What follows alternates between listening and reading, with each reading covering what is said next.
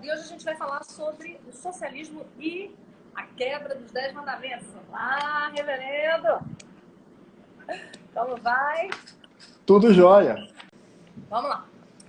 Então nós vamos começar com o primeiro mandamento, que é: não terás outros deuses diante de mim. Eu quero apresentar para vocês, principalmente para vocês que não são presbiterianos, um dos nossos símbolos de fé, que é o Catecismo Maior de Westminster, né? A nossa doutrina está embasada aí no Catecismo Maior, Breve Catecismo e Confissão de Fé de Westminster. Esse que eu tenho em mãos é o comentado de Johannes Gerhardus Voss, Gerardo Voss. maravilhosamente comentado, da editora Os Puritanos, né? Uma lapa de livro. E ali estão expostas a nossa fé, né? Aqui em Perguntas e Respostas, na Confissão de Fé em Proposições. E para você que quer começar a estudar fé reformada, é um bom caminho.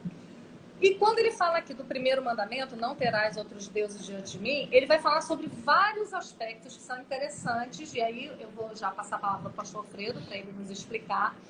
Mas eu queria começar falando o que eles dizem sobre o que é o ateísmo prático, né? Ele fala que o ateísmo prático é quebra do primeiro mandamento. E ele diz aqui que ateísmo prático seria conduzir as nossas vidas como se Deus não existisse.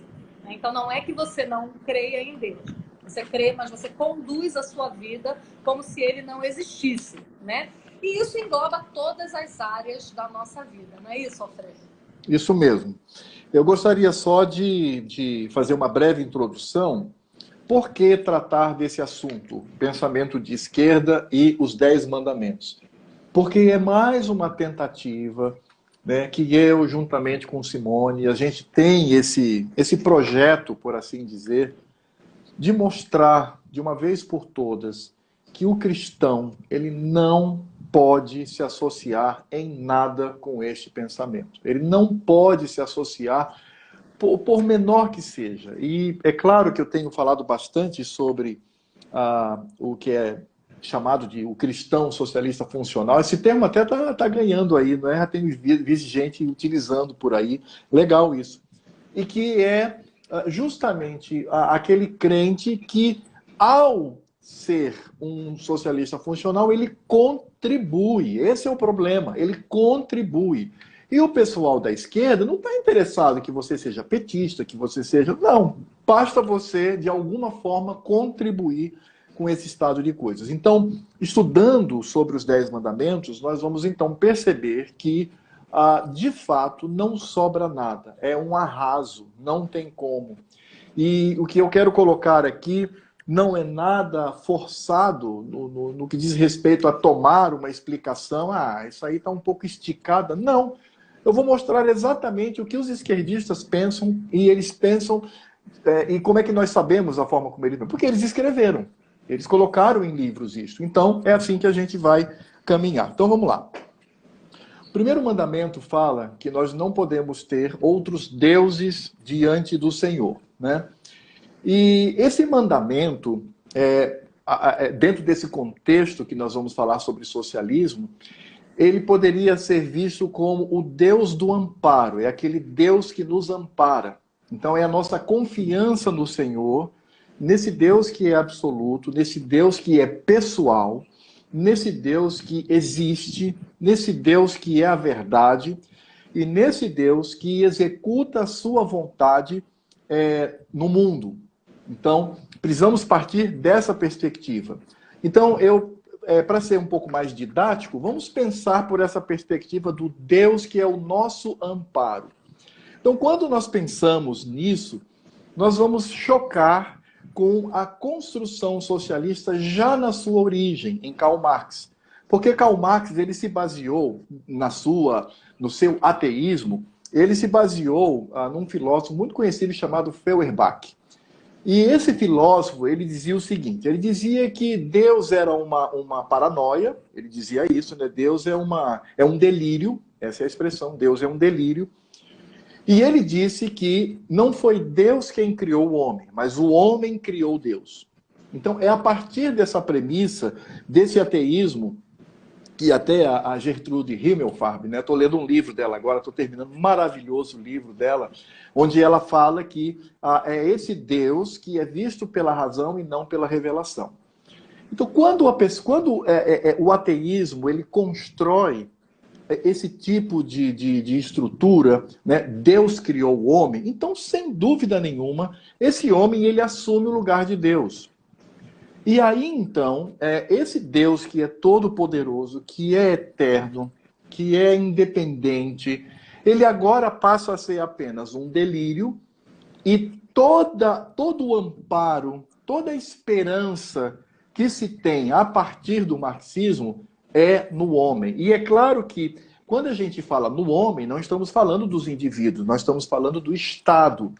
Então, o Estado, ele assume essa posição.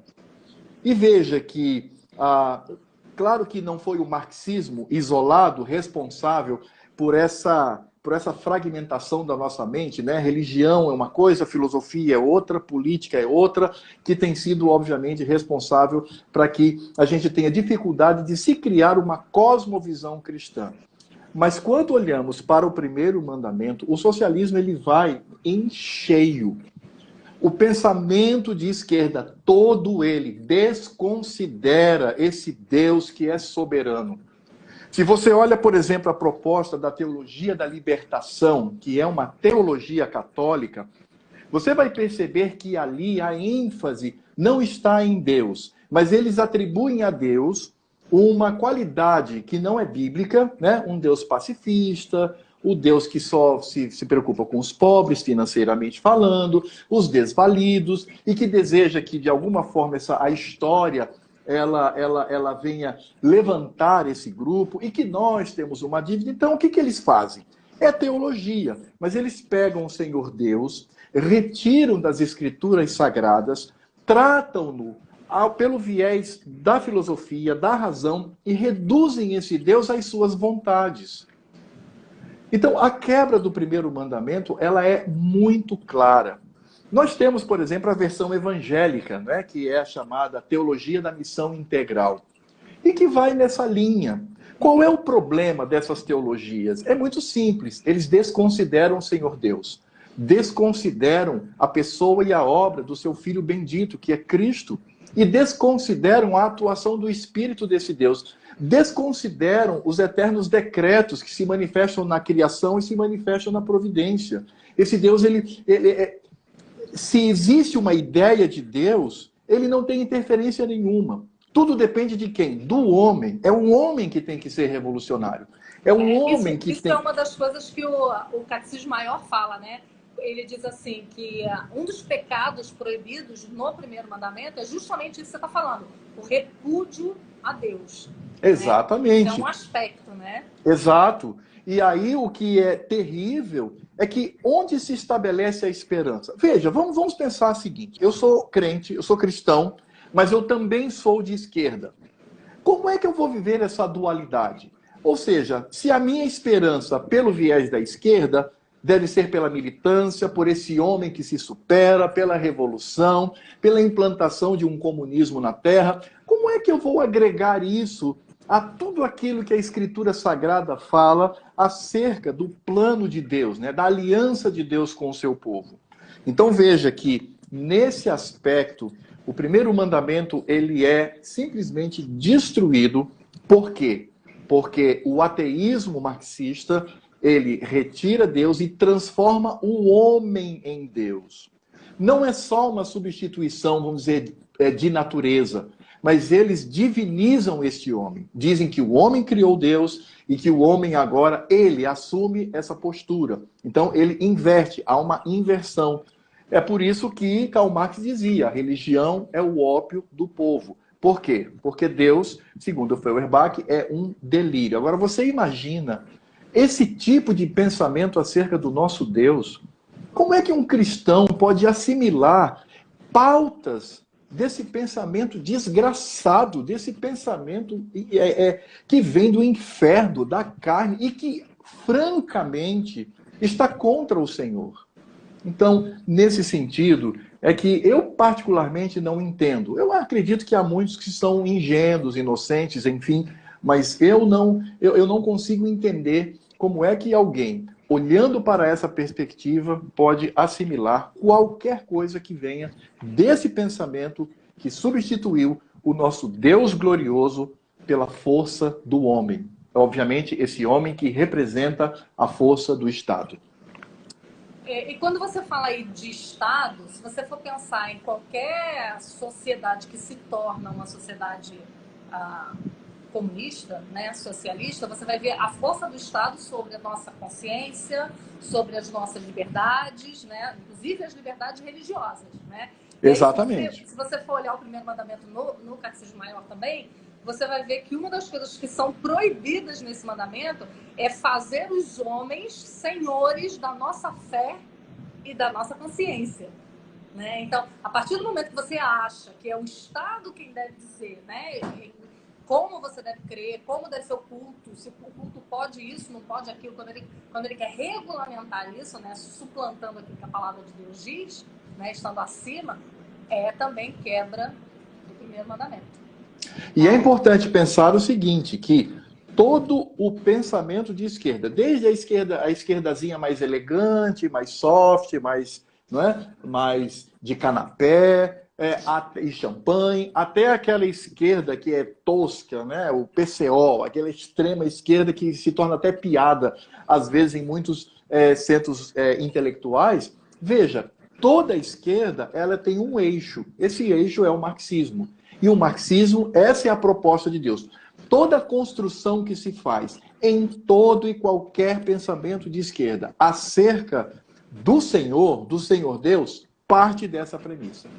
Que o homem criou Deus e que o homem assume o lugar de Deus. Então só por esse motivo não precisava ter outro nenhum. Né? Podia acabar a live aqui, né? Oi? Podia acabar a live aqui, já foi, né? Não precisa mais falar do assunto, né? E uma coisa legal que eu achei você ter colocado desde o começo, que isso não é algo que você pensa ou que você acha, mas isso você chegou a essa conclusão por causa dos escritos deles. Sim, né? sim. Quer dizer, isso não é o que a gente acha que eles acham. É o que eles dizem que eles pensam. Né? Exatamente. A respeito de Deus, né? E a respeito Basta qualquer crente que tenha dúvida, se faz, por exemplo, universidade na área de humanas, chega lá para o seu professor de história, de pedagogia, fale sobre Deus. Você que estuda biologia, na aula de evolucionismo, diga que isso é uma mentira e que Deus de fato criou o homem. Veja a reação no que diz respeito à religião do nosso Deus. Não tem para onde ir. Loucura. Beleza. Então, primeiro mandamento, muito claro. Agora a gente vai falar sobre o segundo mandamento. Tu pode desligar ali para mim? Fazendo muita zoeira. Segundo mandamento, não farás para ti imagem de escultura. Olhando assim, nada a ver com nada, né? Mas tem. Vamos lá. Claro que tem. O tema geral desse mandamento, diz o nosso Catecismo Maior, o tema geral desse mandamento é o culto religioso. Né? Aquilo que é devido a Deus. Diga aí, como é que a gente entende isso? Vamos lá, então. Como eu disse, quando nós olhamos para o primeiro mandamento e a gente olha para o nosso Deus, pela perspectiva da fraqueza humana, como o Deus do amparo, no segundo mandamento, a gente vai olhar para o Senhor Deus apenas do ponto de vista didático, desse Deus que domina sobre todas as coisas, onde ele preenche todas as coisas. E só ele deve ser cultuado. Então, isso a Escritura Sagrada, ela fala com muita clareza. Como é que a esquerda quebra esses dois, o segundo mandamento? Por dois caminhos. O primeiro caminho é quando a esquerda, como nós já vimos no primeiro, retira o Senhor Deus da sua soberania. Vamos explicar isso. A forma de nós olharmos para a sociedade, sobretudo baseado naquilo que a Escritura Sagrada fala, não só nas narrativas, mas nas suas doutrinas, é que essa sociedade ela deve se separar em esferas, são chamadas esferas sociais. Né? Você tem a igreja, e a igreja é uma soberania. Você tem o Estado, é uma soberania, mas que não pode interferir na igreja. Você tem a família, é uma soberania. Você tem a educação, né? Envolvendo a escola, a universidade, que deveria ser uma soberania somente. E o que nós vamos perceber? Que uma sociedade que esteja baseada nessa condição de esferas sociais, o Estado ele está no mesmo nível das demais. Qual seria a função do Estado? A função do Estado é muito clara. Ele vai simplesmente fazer aplicar a lei. Uma lei, obviamente, que seja uma lei boa, justa, né? Uma lei que tenha moralidade. Somente isso. Do resto, o Estado não pode interferir. Por isso que faz sentido quando nós entendemos a proposta que é dada, sobretudo pelos puritanos, da separação entre igreja e Estado. Ela só pode ser assimilada a partir dessa condição. Ora, o que acontece? Quando você retira o Senhor Deus, quando você retira o Senhor, porque o Senhor é soberano sobre todas as coisas e as esferas estão aqui embaixo, o Senhor Deus está reinando em cima. Quando você retira o Senhor, o espaço vazio deve ser preenchido. E qual é a esfera que vai preencher esse lugar vazio do Senhor Deus pela perspectiva da esquerda? É o Estado. Então, o Estado passa a ser uma divindade. Esse Estado, ele passa a ser cultuado. Esse Estado, ele passa a ser venerado. E aí, então, o coração das pessoas não é à toa. Eu sei que o que eu vou dizer aqui, alguns vão dizer assim, mas aí já é muita loucura. Mas não, se você pesquisar, você vai perceber claramente, por exemplo, alguns rituais cívicos que, obviamente, apontam para esse Estado. É claro que existe uma memória, existe um reconhecimento, uma história da nossa nação, do nosso povo, do nosso país, sem dúvida nenhuma. Mas você vai perceber que o Estado ele passa a assumir o lugar que era ocupado pela igreja, sendo esta igreja aquela que adorava ao Senhor. Exemplo, na Idade Média, obviamente os reformadores eles também seguem essa linha, você vai perceber que alguns dias que são memoráveis, esses dias possuem alguma ligação com o Senhor Deus. Não é? Então esse dia nós vamos celebrar, sei lá, vamos lembrar... nos Estados Unidos tem o Dia de Ações de Graças, né, que é um dia muito importante para eles, para a nação. Que dia é esse? Esse é o dia da chegada dos puritanos e, obviamente, esses irmãos chegam ali, eles oram ao Senhor, não é? E aí você tem uma imagem muito bonita deles adorando ao Senhor assim que chegam. Então, esses dias são memórias, não são dias santos, não são dias especiais, dia santo só um, que é o domingo, mas esses dias, eles se tornam especiais porque eles remetem à atuação de Deus. O que o Estado faz? Ele destrói tudo isso. Ele coloca nele mesmo esta proposição. E aí o que nós temos é justamente essa veneração, porque se o Estado ele assume o lugar de Deus, então, em certa medida... toda a minha dependência se dará por esse Estado. Sim. E isso, de certa forma, é um tipo de veneração. E, ao mesmo tempo, é um tipo de culto. Então, quando eu dependo, no meu coração eu dependo, o Estado tem que me dar educação, o Estado tem que me dar saúde, o Estado tem que me dar asfalto, o Estado tem que me dar esgoto, o Estado tem que me dar casa, o Estado tem que me dar Bolsa Família. Quando você começa a agregar esses elementos no coração, isso tem um custo. Isso tem um custo, que é exatamente o Estado, ele se colocando como divindade sobre a sua pessoa, né, você estará submisso a ele, e toda a sua lealdade estará a ele. E todo o reconhecimento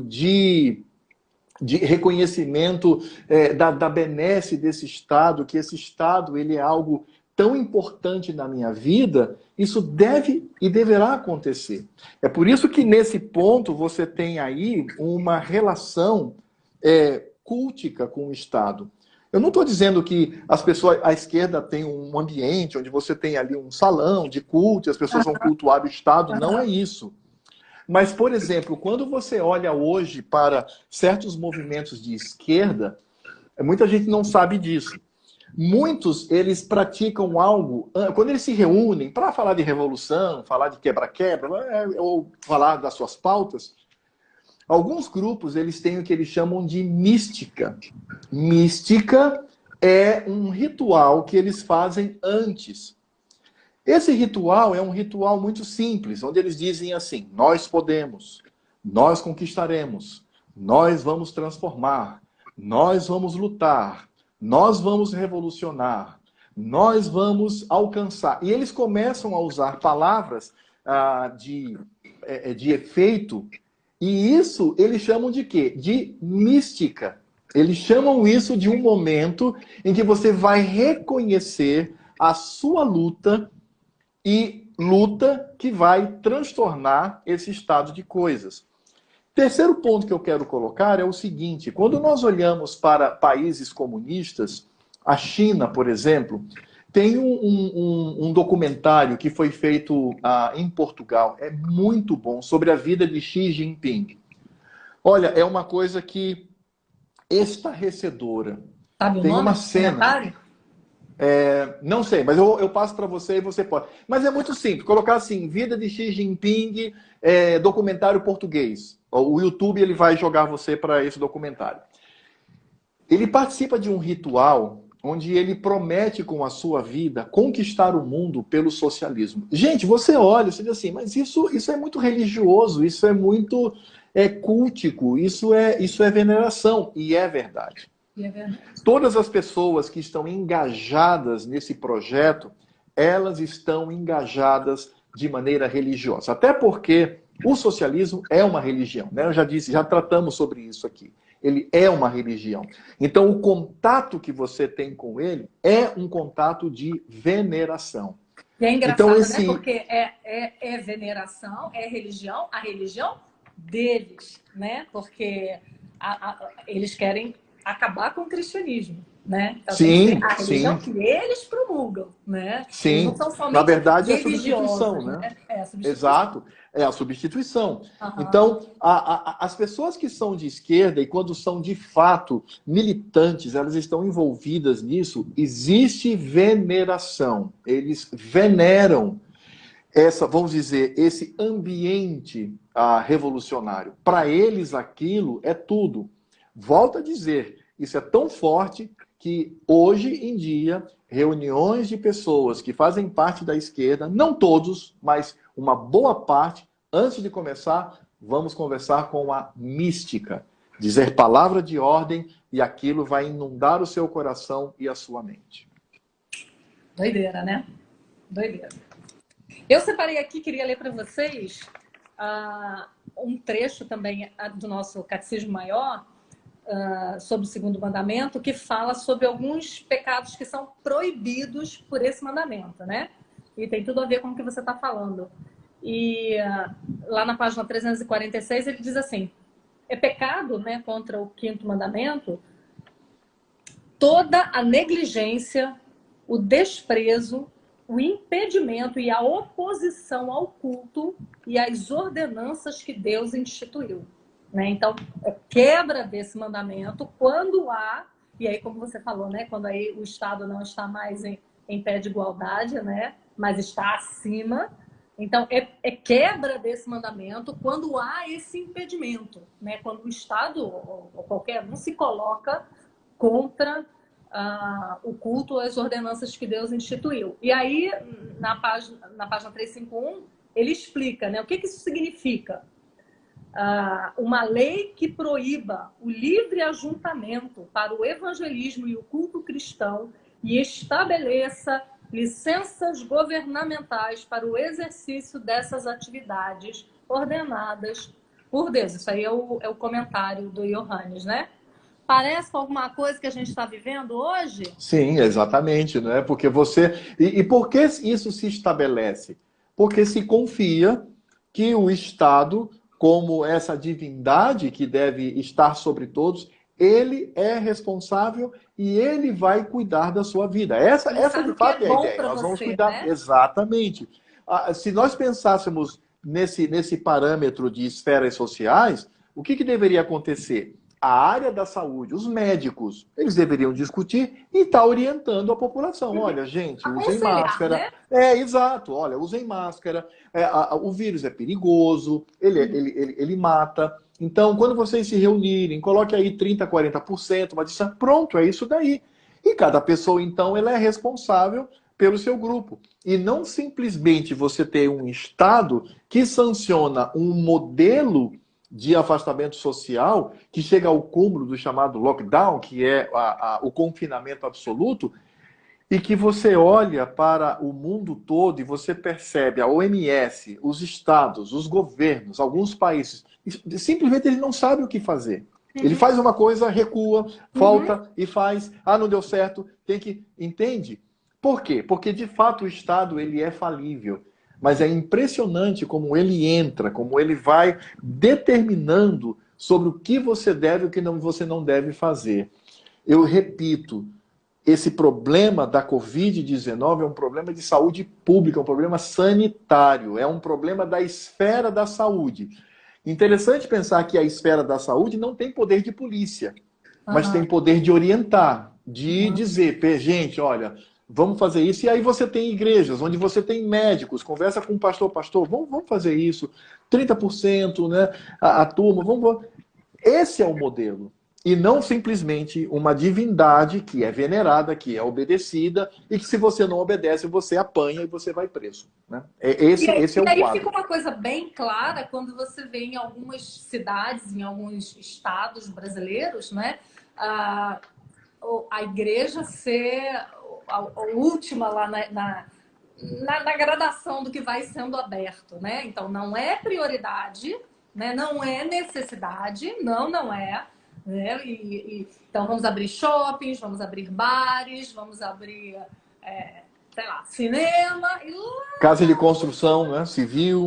A igreja não, a igreja não pode, né? Então, você chega ao cúmulo, você vai ver num mercado, por exemplo, abarrotado de gente, né? E a igreja que tentando se adequar, né, àquilo que os médicos, as pessoas que estudam o assunto, né, tentando se adequar a isso, botando distante, né, pedindo para que usem máscaras e tal. Não pode. A igreja não pode. Então, você vê claramente como... E o pior disso, que eu, na minha humilde opinião, o pior disso é que a gente acha isso bom.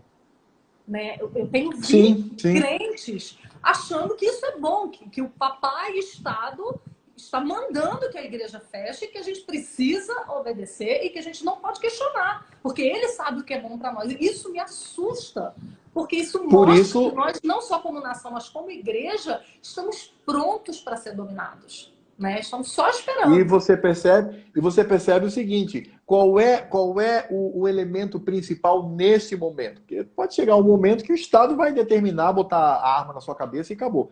Mas qual é a grande motivação que eles colocam na sociedade? O medo, o pavor. Você vê, por exemplo, canais de televisão que estão alinhados ao pensamento de esquerda, não tem outra coisa. Tá entendendo? Parece programa do Zé do Caixão. É só morte, vai falando. Eles não falam daqueles que sobreviveram, não falam que o nível de mortalidade é sim menor do que outras doenças. Aliás, você já percebeu que no Brasil não se morre de mais nada, só Covid. Né? Só se morre disso. Mas por que isso? Porque quando você cria o alarme, quando você cria o medo, as pessoas abrem mão das suas liberdades. Sim. Porque ela vai dizer assim, eu quero viver. Gente, tá morrendo tudo quanto é gente, ele vai me pegar, não é? E eu vou, então, aí ela vai e abre concessão. Não, eu abro concessão das minhas liberdades. E aí o que o Estado diz? Falei, isso, bom garoto, nós sabemos o que é melhor para você. E o que nós temos aí, obviamente, é essa pauta desse estatismo exacerbado e que as pessoas não se apercebem disso. Não é? E tem gente que fica falando, né, e fica reproduzindo o discurso, quando está claro que no Brasil essa questão da Covid-19 ela é política, ela é uma discussão política, ela não é uma discussão sanitária, é uma discussão política, mas o Estado se sente no direito de fazer isso. E o que é pior, muitas pessoas que o veneram, que dependem dele, acham que ele é o melhor para tudo, se submetem. Se rende, né? É assustador. Olha, sinceramente, eu nunca pensei que a gente estivesse como nação e como igreja tão pronto para que o socialismo nos dominasse. Eu nunca pensei que a gente estava tão... Eu sabia que o negócio era alarmante. Eu sabia que as pessoas não conheciam, né? Não entendiam o que poderia vir a acontecer. Mas eu jamais achei que a gente estaria estão sujeitos àquilo que eles dizem. Nunca, eu realmente estou assustada. E é preciso dizer o seguinte: muita gente acha que isso começou agora com a Covid, ou começou com o PT. Não. Isso começou na década de 1920. Foi na década de 1920 que a ex-União Soviética olhou para o Brasil e disse assim: esse é o país. Não era Cuba, Argentina, Venezuela, não. Esse é o país. De lá para cá, você tem um processo vagaroso e crescente. E que cresce. Hoje, quando olhamos para a situação do Brasil, por exemplo, quando eu digo que o Estado não deveria mais interferir, nem oferecer, nem nada, no que diz respeito à educação, à saúde, privatizar tudo, as pessoas ficam alarmadas. Mas por que isso? Porque a mente da pessoa, ela já foi captada, ela foi cooptada, ela já foi sequestrada. Um crente que pensa assim: o Estado, ele tem que dar... Não, eu concordo, o Estado não pode ser grande, mas 3 coisas o Estado tem que ter: saúde, educação e habitação. Acabou, você já está contribuindo com esse tipo de pensamento. Você já está contribuindo com essa postura do Estado que se coloca no lugar do Senhor Deus, e toda a glória que deveria ser dada ao Senhor, o Estado, ele recebe para si. O Estado passa a ser um Deus. E esse Deus, ele é venerado. E veja, é um Deus perverso, viu? É um Deus perverso. Deus minúsculo. O Estado é um Deus perverso. Doideira. Beleza, então vamos lá. Então já falamos sobre o primeiro mandamento, né? Não terás outros deuses diante de mim. Já falamos sobre o segundo mandamento: não farás para ti imagens de escultura. E agora nós vamos adentrar o terceiro mandamento: não tomarás... E esse está na cara, né? Oi? E esse aí está na cara, né? Está na cara. Não tomarás o nome do Senhor teu Deus em vão. Eu acho que a gente não consegue entrar no quarto. Eu sei que o quarto mandamento vai ser pauleira, né? Então eu acho que a gente pode fechar hoje no terceiro mandamento, né? E começar na quinta-feira. A gente começa falando sobre o quarto. Se não der tempo de passar para o quinto, a gente fala só do quarto, não tem problema. Tá bom? Tá certo. Tudo bem. Você que manda, o canal é seu. Mas eu aqui sou só eu sou curiosa. visita. Eu sou a curiosa, só que quero aprender. Então vamos lá. Não tomarás o nome do Senhor teu Deus em vão. Diga aí, Alfredo, como é que o marxismo, o esquerdismo quebra esse mandamento? Nem precisaríamos aprofundar tanto, porque isso está na cara, isso salta aos olhos. Mas vamos lá. Quando nós falamos do primeiro mandamento, nós afirmamos sobre o ateísmo, sobre a posição de que Deus é um delírio, etc. E nessa construção já vimos que o nome do Senhor Deus, ele é esvaziado de toda a sua glória, de todo o sentido teológico, bíblico que possui. Agora veja, quando nós olhamos para o marxismo clássico, nós vamos descobrir que essa discussão é uma discussão intelectual, é uma discussão filosófica, é uma discussão racional. Eles discutem sobre essa questão da não existência de Deus e de que, de certa forma, esse Estado agora ele vai se movimentar pela força do homem. E isso é muito simples, porque o Marx acreditava que todo o processo revolucionário, né, que é um processo dialético, não vamos entrar nisso porque senão ficaria muito professoral e chato, mas toda essa evolução, toda esse remexer do Estado, das suas contradições, Marx vai dizer que tudo isso é causado pelo homem. Um outro filósofo chamado Hegel, ele dizia que não, era uma razão externa que movimentava, mas Marx diz que não, é o homem, é o ser humano, e sobretudo a classe trabalhadora que movimenta esse Estado. Então a discussão ela se dava nesse parâmetro, né? Numa história que segue o seu rumo e que os rumos da história já estão pré-determinados. É isso mesmo, viu? Karl Marx ele se colocou como profeta. Ele tentou antever o que iria acontecer com a humanidade. E aí, então, nesse processo, Deus é uma discussão meramente intelectual, vamos dizer assim, mas extremamente perniciosa. Quando nós entramos no marxismo cultural, quando entramos a partir, sobretudo, da escola de Frankfurt, nós vamos descobrir que há uma reviravolta nessa visão do Senhor Deus.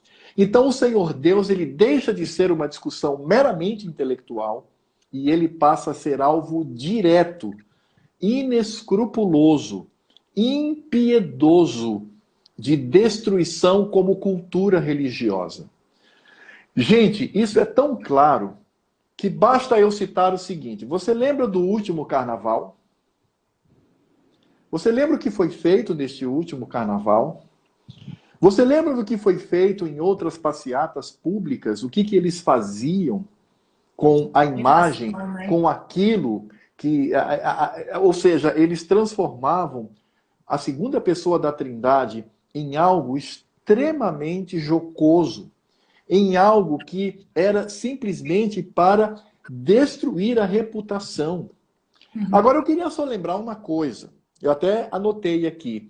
No nosso Código Penal, no artigo 208, ele diz o seguinte, esse é o nosso Código Penal aqui do Brasil, diz assim: escarnecer de alguém publicamente por motivo de crença ou função religiosa, vilipendiar publicamente ato ou objeto de culto religioso é crime, sob pena de 1 mês a 1 ano ou multa.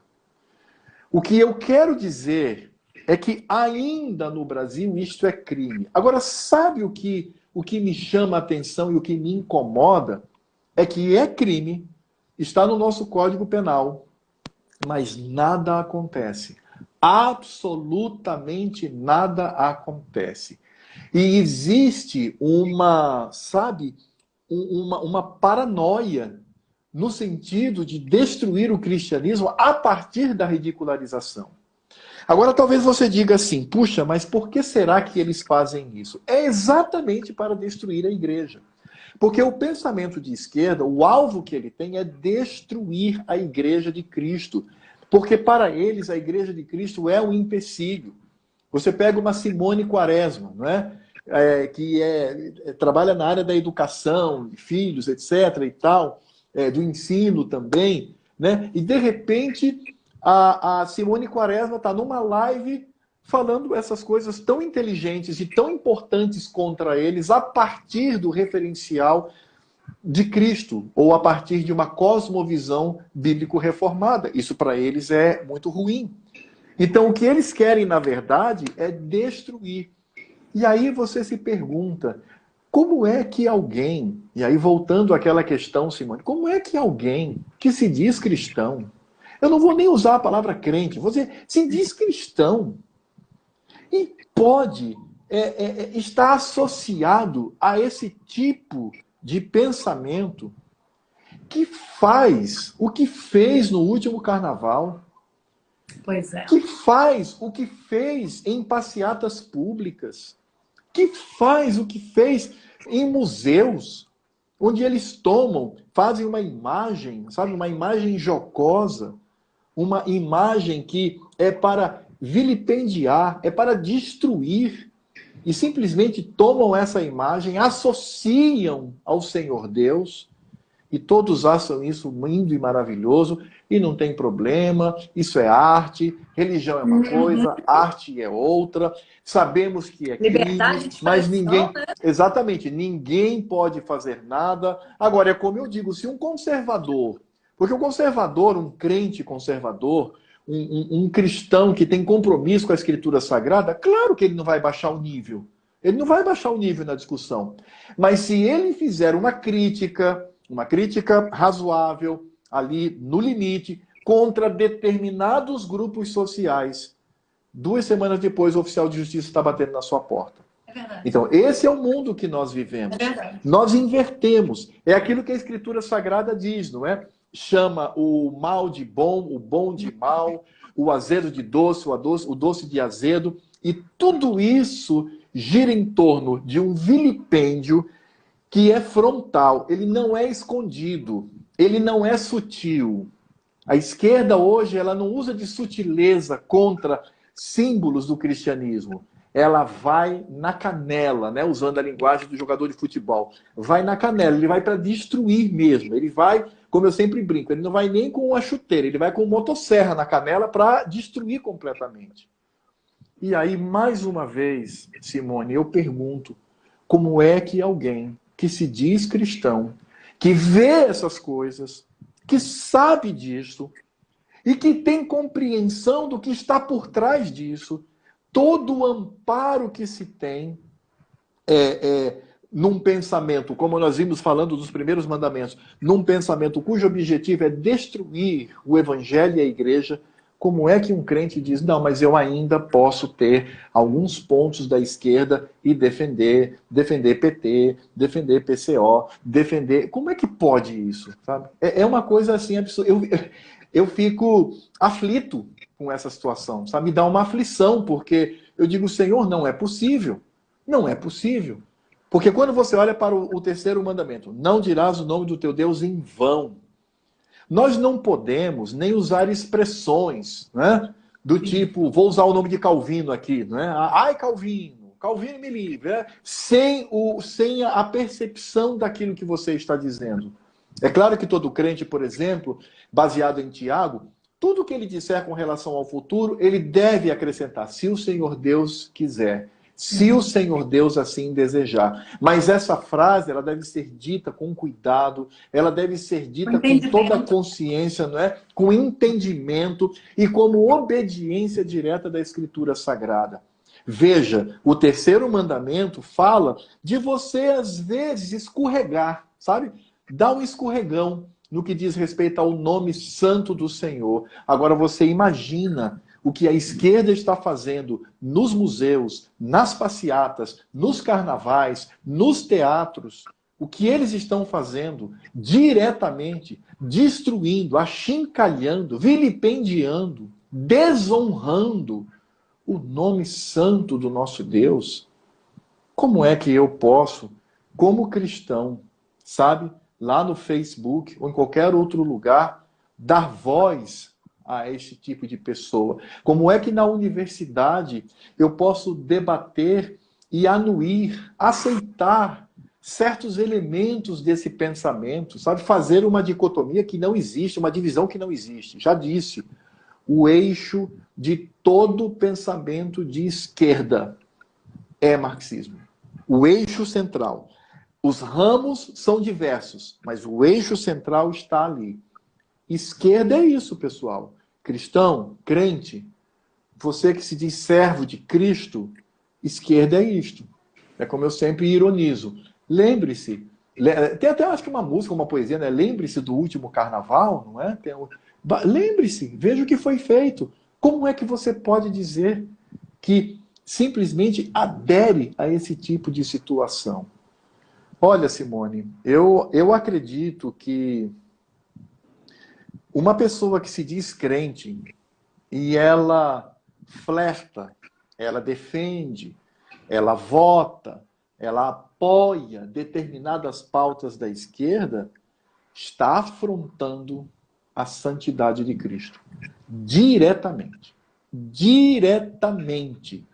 Assim como no passado, no Velho Testamento, né, Saul, que procura uma vidente, né, uma consultora de mortos, assim como o Senhor Deus proibia determinadas práticas religiosas, o marxismo se enquadra perfeitamente dentro desse contexto.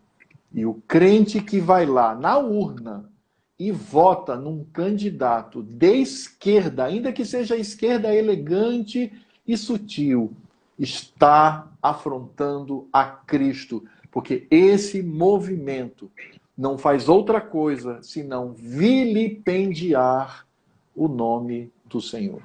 Isso é um alerta para a gente, né, Alfredo? Porque a gente pode estar ouvindo isso tudo aqui e estar pensando, bom, isso aí, eles estão falando do movimento em si, né, quebrando os mandamentos. Mas quando nós, indivíduos, né, apoiamos pessoas que pensam assim, ou candidatos que pensam assim, nós pessoalmente, né, estamos quebrando cada um desses mandamentos, né? Nós estamos pecando contra o Senhor.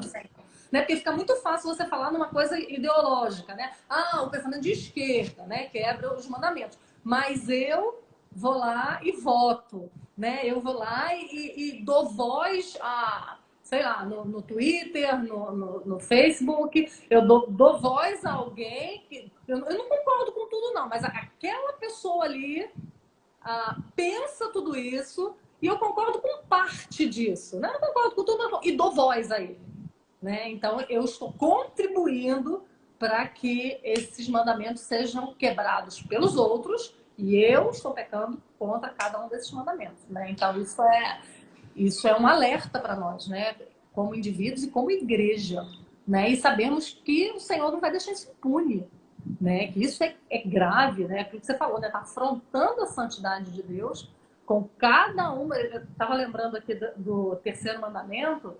Quando você vai estudar o terceiro mandamento, ele fala sobre falar o nome de Deus em vão. Ele fala sobre brincadeiras jocosas, usando textos bíblicos, usando sacrilégio, né? Que é brincadeira com coisas que são santas. Isso a gente faz sem perceber, né? A gente tem esses hábitos, né, de usar expressões sagradas como brincadeira, mas a gente não faz com maldade, a gente não faz... Tá pecando do mesmo jeito, né? E aí você pega o que o movimento de esquerda faz deliberadamente, né? Então é de assustar, né? Se coisas tão pequenas que você faz desapercebidamente são condenadas pela palavra. Você imagina quando isso é feito da forma como é feito por esse movimento, né? Então é assustador. Exatamente.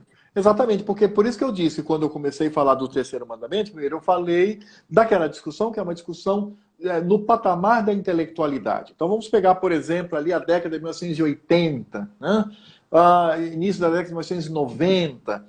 Então, se sabe que o Marx em algum lugar falou mal da igreja, e que tem um outro também, um tal de Max Horkheimer também, mas assim, é uma coisa muito intelectual, é uma discussão que vem do anseio humano, isso não pode retirar as benesses desse pensamento, etc. Isso é uma coisa, mas o marxismo cultural que se instaura hoje no mundo, esse marxismo cultural que se instaura no Brasil, onde eles estão fazendo abertamente, cometendo crime de vilipêndio contra objetos que são sagrados a todos nós. Ora, como é que você não é no seu caso não, Simone, pois nós estamos juntos nisso, mas como é que você acha que eu devo me sentir?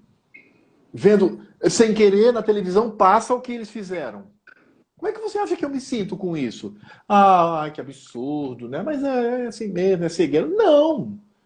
Isso enche o meu coração de fúria. Indignação, né? Exatamente. Indignação. Não pode. Como é que pode fazer? Quer dizer, eu não posso sequer, né, citar nomes de determinados grupos sociais e fazer uma crítica, porque eu posso ter oficial de justiça na minha porta. Mas eles fazem isso. Está no Código Penal e nada acontece. Quer dizer, o Ministério Público não se levanta, nada ocorre. Então você percebe que existe uma engrenagem, e essa engrenagem ela é assustadora. Isso é poder. Gente, isso é poder. Fazendo essas coisas e nada acontecendo. Você teve lá aquele Portas dos Fundos, né, que fez um especial de Natal, etc. E tal. Nojento. Não aconteceu nada. Né? Netflix falou assim, não, olha, se quiser, sai, não sai, etc. Eu comecei uma campanha desenfreada aqui, né? Quem eu conhecia dizia, rapaz, cancela. Né? Fazia até propaganda para a Amazon Prime. Estou até fazendo aqui sem ganhar nada para isso, né? Sai disso, sabe? Porque você percebe que a coisa, ela não está mais disfarçada. Ela não está mais sendo tratada num ambiente, numa esfera intelectual que está acima da população. Não, os teus olhos veem. É verdade. E eu digo, isso ultrapassa aí muito quando o terceiro mandamento diz que nós não devemos tomar o nome do nosso Deus em vão. A palavra vão ali é vazio. Aquilo que a Simone colocou no início com base nos nossos símbolos de fé. É você desavisadamente usar o nome do Senhor Deus. Eu diria até mais. Ainda que não seja numa piada, mas quando você fala por falar mesmo. Né? Quando você bota a mão na cabeça e cita, sem se aperceber do nome que você está clamando. Uhum. Isso já é ferir o terceiro mandamento. Agora, isso que fazem... Imagina. E aí como é que alguém vai dizer assim, não, eu sou crente em Jesus, Cristo é a minha glória, toda a glória e honra para Ele, mas quando eu vou lá na urna, eu voto num candidato de esquerda, sabe? Eu voto no voto no PSDB, eu voto no PT, eu voto... Ou não é um isso é... candidato de esquerda, mas é um candidato do centro, mas que tá lá, o partido dele está lá no Foro de São Paulo, né? Que defende todas as pautas, né? Olha, nós vivemos uma época que não existe mais, mas nós vivemos uma época em que PSDB era extrema-direita. Eu lembro disso, entende? Eu lembro disso.